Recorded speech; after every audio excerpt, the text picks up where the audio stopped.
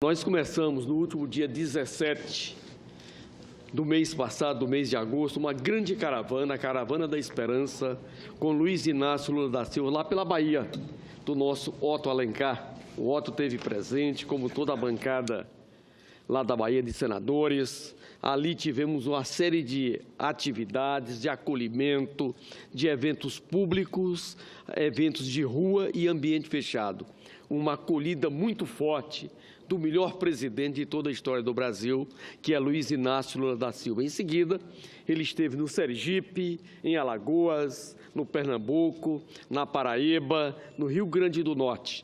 Fui recebê-lo lá no Rio Grande do Norte, com atividade muito grande em Mossoró. Mais de 30 mil pessoas para conversar, para ouvir Lula só em Mossoró. Dali, no dia 29, fomos para o nosso Ceará. Começamos por Quixeré, uma cidade que extrema com o Rio Grande do Norte, uma grande acolhida. Depois fomos a Limoeiro do Norte, a Morada Nova, ali os vaqueiros, a festa dos vaqueiros, em que todos nós aqui ajudamos a aprovar aquela iniciativa constitucionalizando a atividade cultural. Eles o receberam, também outra grande atividade. E à noite, em Quixadá, tínhamos mais de 40 mil pessoas na praça para dialogar, para discutir as questões do Ceará, do Nordeste e do Brasil e construir uma nova agenda, uma agenda da esperança, que seja capaz de devolver ao nosso povo o programa Minha Casa Minha Vida. Eu sei que muitos não lembram mais do que foi o Minha Casa Minha Vida, iniciado com o PAC no segundo governo Lula, em 2008.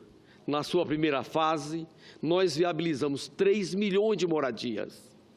Em seguida, na segunda fase do Minha Casa Minha Vida, foram mais 2 milhões de moradias, totalizando 5 milhões. Desses 5 milhões, 2 milhões e 900 mil foram entregues até quando a presidenta Dilma estava na presidência da República, ali no início de 2016, e de lá para cá, esse processo está concluindo as casas que foram contratadas. Estava prevista no plano plurianual, agora de 2016 a 2020, a 2019, mais 3 milhões de moradias.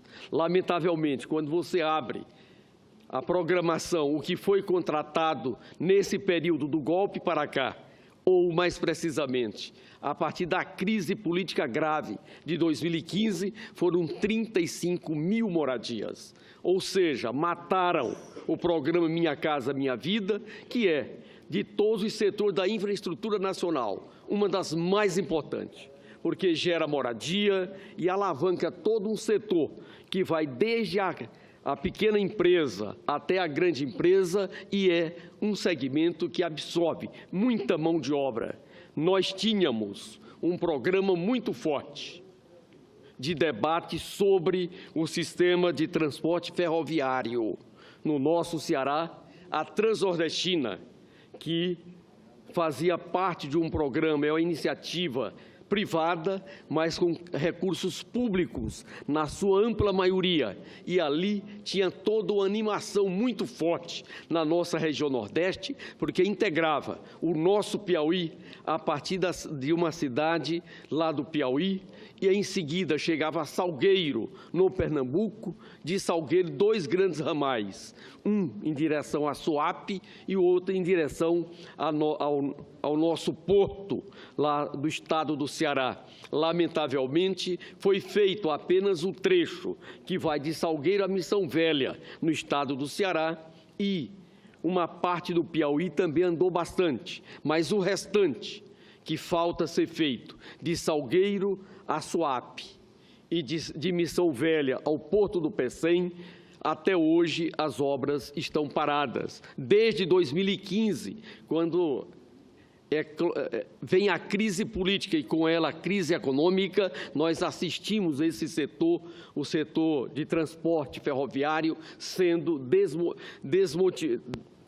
paralisada em todo o território nacional. E é exatamente isso o que leva essas multidões de pessoas às ruas para receber Lula e dizer: nós precisamos que esse projeto que foi abortado com os golpistas aqui em 2016 devolva o Brasil aos brasileiros, para que nós possamos voltar a ter esperança, voltar a ter confiança num novo projeto de nação. Pimentel, pois não, senador Otto? Eu estou ouvindo com atenção o pronunciamento de Vossa Excelência e Vossa Excelência chamou a atenção sobre a Transnordestina.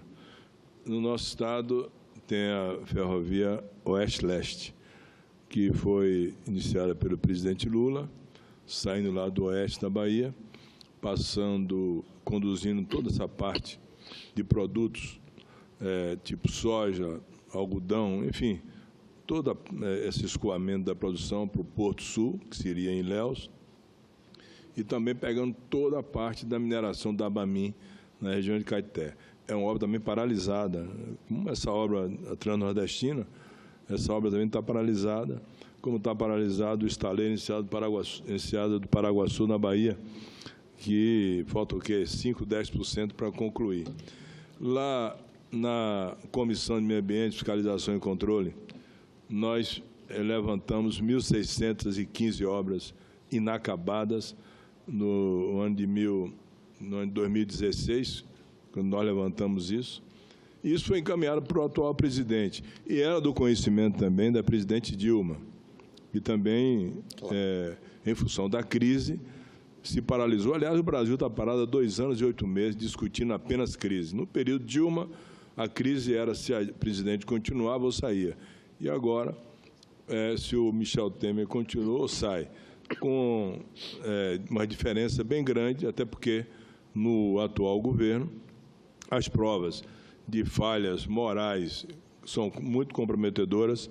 O atual presidente e seus assessores, muitos já estão até afastados, e, portanto, nós recebemos o presidente Lula na Bahia, e ele, no meu estado, durante 8 anos, foi, sem nenhuma dúvida, aquele que mais ajudou o estado da Bahia em obras importantes, não só de infraestrutura, com o programa Luz para Todos, Água para Todos, esse início da ferrovia Oeste-Leste, com o Porto Sul, que não teve conclusão, mas a grande obra lá na Bahia do presidente Lula foi o que nós passamos desde o descobrimento do Brasil e também a instalação da nossa capital, Salvador, em 1549, até a chegada de Lula, com uma universidade federal só, uma universidade federal só. Ele levou 5 universidades federais para a Bahia, 5. Quer dizer, ele, em 8 anos, deu 5-1 em, digamos assim, quase 500 anos de descobrimento lá do Brasil pela Bahia, Porto Seguro. Então, levou 5 universidades federais, que deu um avanço muito grande. E das coisas mais importantes que, às vezes, não se leva em consideração, eu acho que foi um ato correto e certo, foi a sensibilidade dele, do governo dele, de trabalhar e instituir as cotas nas universidades. Eu tive a oportunidade, esse ano, de participar de uma formatura em arquitetura da minha filha, que passou na Universidade Federal da Bahia, de arquitetura, só queria federal, como eu também sou produto da Federal. E nessa formatura que eu participei, eu perguntei quanto seria o custo da formatura na Universidade Federal. O custo era exatamente R$30 para a formatura. Isso por que é tão simples assim? Não, porque os professores vão fazer a festa, e são pessoas muito simples. Eu fui de manga de camisa, e lá tinha 16 formandos nas cotas, por pessoas simples, humildes, afrodescendentes, que ficaram à margem do processo ao longo de muitos, então até hoje, tantos anos ficaram à margem do processo. E logo na Bahia, né? Na Bahia, a Bahia é o estado que tem, graças a Deus, uma convivência muito boa, uma miscigenação muito boa com brancos, negros, e acho que todos lá somos, de alguma forma, misturados, né? temos consanguinidade das três principais raças que formaram o Brasil, os portugueses, os negros e os caboclos, os índios. E, aliás, me lembrando aqui agora do maior escritor do Brasil de todos os tempos, na minha opinião, Jorge Amado, certa vez questionado sobre as etnias que viviam no meu estado, questionado, inclusive, por uma figura importante da Bahia, ele disse textualmente: olha, cala tua boca, porque na Bahia só tem branco o cônsul da Suécia. Todo mundo é misturado. Ou tem um pouco de índio, ou de negro, ou de branco. Porque é uma coisa muito, muito salutar. Pois bem, foram 16 formados pelas cotas. Essa política social que o Lula fez em 8 anos, não há nada, absolutamente nada, que possa tirar da história dele, da luta dele, da sensibilidade dele, de alguém que tendo nascido lá em Caetés, que é um município perto de Garanhuns, eu conheço, chegar e fazer o que ele fez. Sei que hoje acusado, de maneira que precisa ser esclarecida, eu não quero aqui, de maneira nenhuma, tomar a posição de juiz, de condenar, de absolver, mas, de alguma forma, em 8 anos, talvez aquele que, pelo menos no meu estado, no seu estado, Vossa Excelência, não é diferente, mais fez e deixou marcas sociais importantes. Inclusive, na Bahia, que tem o maior semiárido do Nordeste, nós temos 5 milhões de habitantes morando na zona rural. O nosso semiárido, senador Pimentel, é 2,5 vezes maior, só o semiárido, 2 vezes maior que o estado do Ceará todo. Aí tira sul, extremo sul, litoral, recôncavo e oeste da Bahia, e o nosso semiárido é 2 vezes maior que o estado do Ceará todo, e nós vivíamos numa situação muito, muito difícil, com doenças relacionadas com a fome. Eu mesmo, médico no hospital de Irmanduce, no Santo Antônio, operei tantas pessoas com doenças ortopédicas relacionadas com a fome, tipo tuberculose óssea, osteomielite hematogênica. Isso foi retirado do mapa do Brasil, mas os indicadores que eu tenho recebido agora de colegas meus que estão na universidade me assustam, sabe por quê? Porque está acontecendo o recrudescimento dessas doenças relacionadas com a fome. A tuberculose, o escorbuto, a osteomielite hematogênica, uma série de doenças, porque, sem nenhuma dúvida, houve uma diminuição dos programas sociais e o desemprego de 15 milhões de brasileiros que o governo, de forma equivocada, disse que controlou a inflação pela política econômica, e não foi porque tem 15 milhões sem comprar, tem 15 milhões sem consumir, a inflação está controlada por isso, só por isso, e absolutamente só por isso. Nenhuma dúvida eu tenho dessa questão. Pegue agora, daqui a 30 dias, bote 15 milhões no mercado. Ela vai lá para cima, a inflação.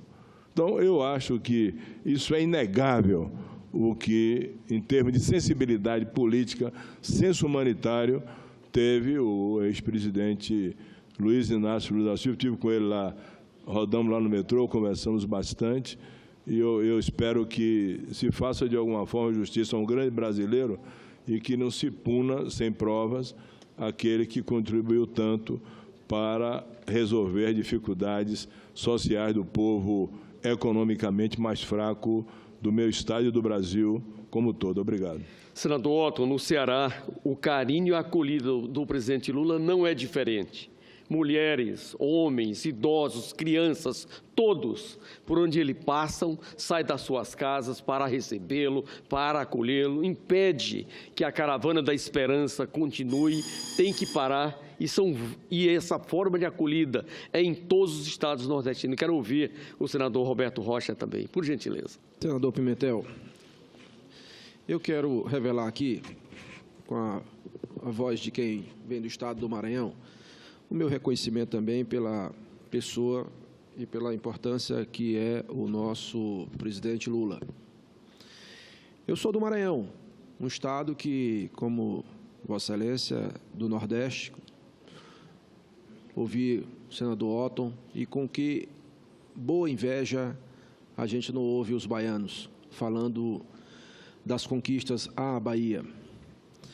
O meu estado, em todas as eleições em que o presidente Lula e a presidenta Dilma disputou, foi o estado que deu a maior votação do país. na eleição de 2014, a presidenta Dilma teve 80 e tantos % dos votos. Muito diferente do que disse o senador Otton em relação às obras de infraestrutura na Bahia, e ouvi falar em 5 universidades federais. Nós temos uma que está se arrastando. Lutamos durante esse período, como deputado, muito para ter a segunda, porque o Maranhão é um estado muito grande, do tamanho de São Paulo, maior que São Paulo. Mas não conseguimos ter. Eu sei que tem outras razões por trás disso.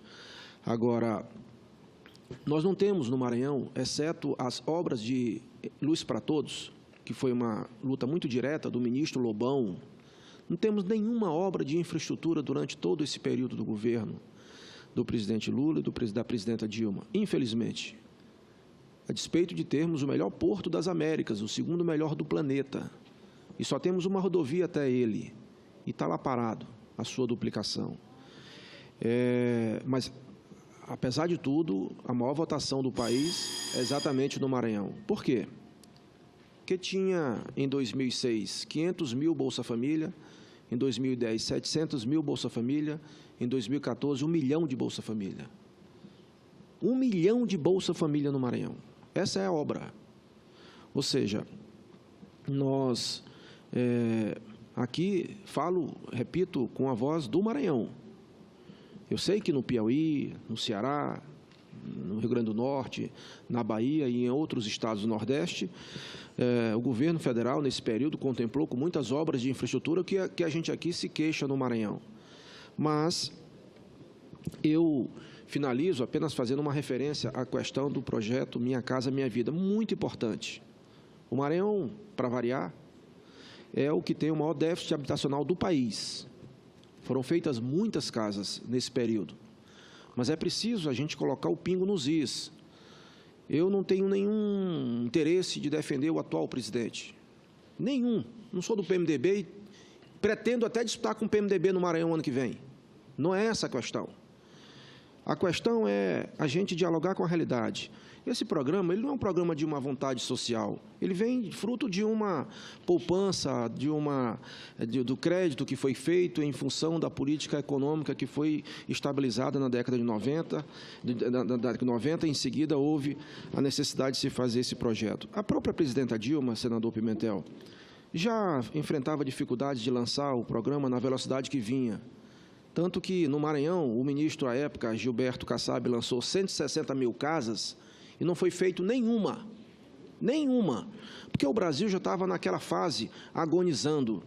Agora, com a retomada do crescimento, a gente espera que esse programa, que é fundamental, ele possa ser retomado para poder, exatamente, o Brasil seguir avançando e o maranhense poder ter direito àquelas obras que viu nos outros estados, mas que não viu no nosso estado do Maranhão. Então, eu cumprimento Vossa Excelência, mas aqui eu faço o meu registro e o reconhecimento de, como nordestino, da importância que teve e que tem o presidente Lula na política nacional. E eu sou, como brasileiro, um torcedor para que ele possa resolver esses problemas da justiça e ser candidato em 2018.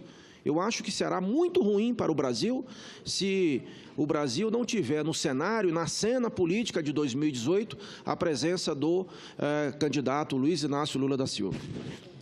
Senador Roberto Rocha, o Ceará tinha uma única universidade federal até 2003. Eu fui aluno, sou formado nesta universidade, da UFC.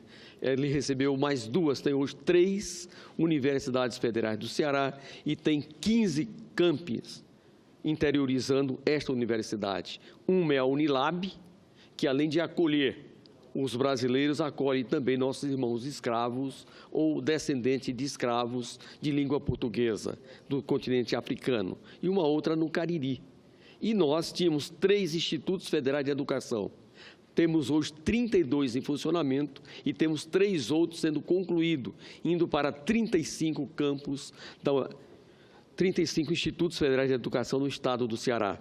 Se nós observamos a nossa infraestrutura, diferentemente do que era antes, nós não conseguíamos andar nas rodovias federais. Eram as verdadeiras tábuas de pirulito de tanto buraco.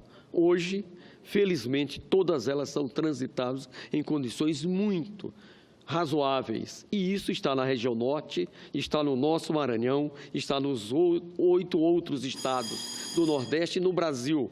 Basta ver o mapa que é apresentado pela Confederação Nacional dos Transportes, mostrando todo esse processo. No programa Luz para Todos, que é resultado de uma decisão política do presidente Lula, porque senão os ministros não tocam nada, por mais eficientes que sejam, lamentavelmente, o ministro que é do PSB, hoje, está publicando que está parando o Luz para Todos, porque falta recursos.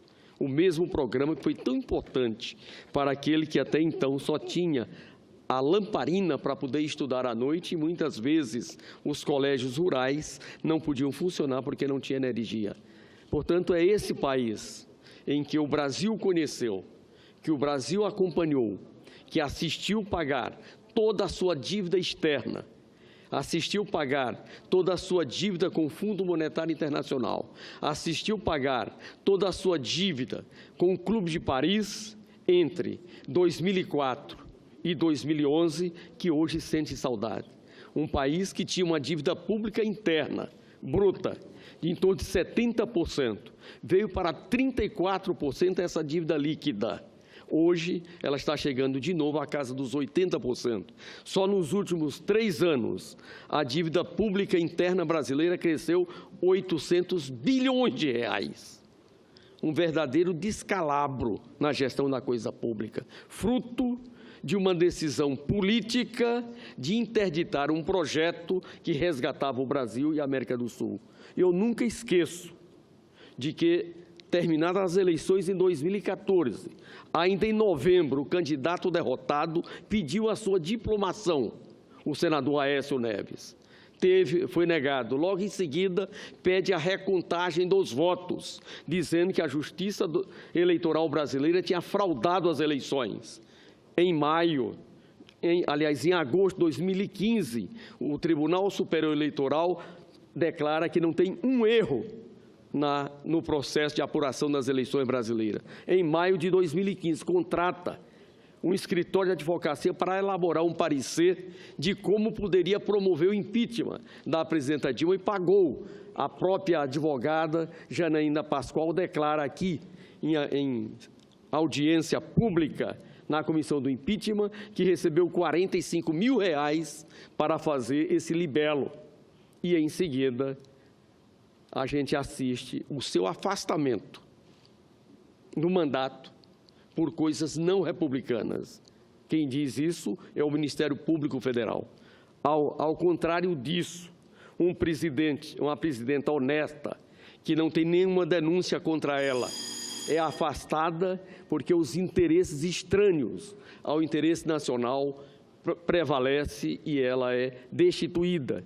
E nós só vamos nos encontrar, senhor presidente Albano, numa nova eleição, quando o Brasil terá um novo pacto social, terá um novo contrato social. Sem eleições diretas, o Brasil não sairá da crise, porque não tem legitimidade e nem credibilidade.